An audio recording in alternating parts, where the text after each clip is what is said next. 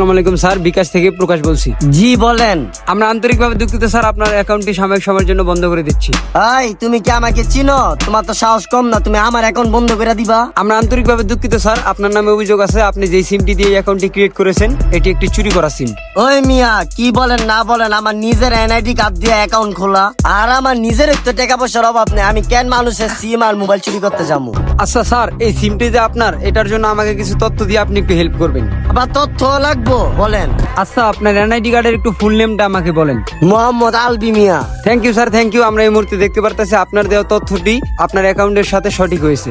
তারপর এবার আমাকে একটু বলেন যে আপনি লাস্ট আপনার অ্যাকাউন্টে কত টাকা দেওয়া নেওয়া করছেন।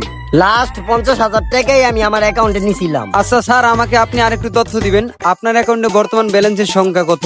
বর্তমানে আমার অ্যাকাউন্টে 2 লক্ষ টাকা জমা আছে। আপনাকে ধন্যবাদ স্যার তথ্য দেওয়ার জন্য। আমরা এই মুহূর্তে দেখতে পারতেছি আপনার সবকটা তথ্য দেওয়ায় এই অ্যাকাউন্টটি যে আপনার এটি প্রমাণিত হয়েছে। স্যার, আপনার অ্যাকাউন্টের নিরাপত্তার জন্য আপনাকে একটি ওটিপি পাঠানো হবে, এই ওটিপিটা আমাকে একটু কষ্ট করে দিবেন। ওটিপি আমি কেন দিব? আচ্ছা স্যার, আপনি ওটিপিটা কেন দিবেন? আপনার এই সিমের নামে যেন আর কেউ মিথ্যা কোনো অভিযোগ না জানাতে পারে, এই জন্য আপনি ওটিপিটা দিবেন, আপনার অ্যাকাউন্টটা নিরাপদে থাকবে। ও আচ্ছা আচ্ছা, ঠিক আছে, উঠান 949155। 949155। আচ্ছা ঠিক আছে স্যার, ধন্যবাদ।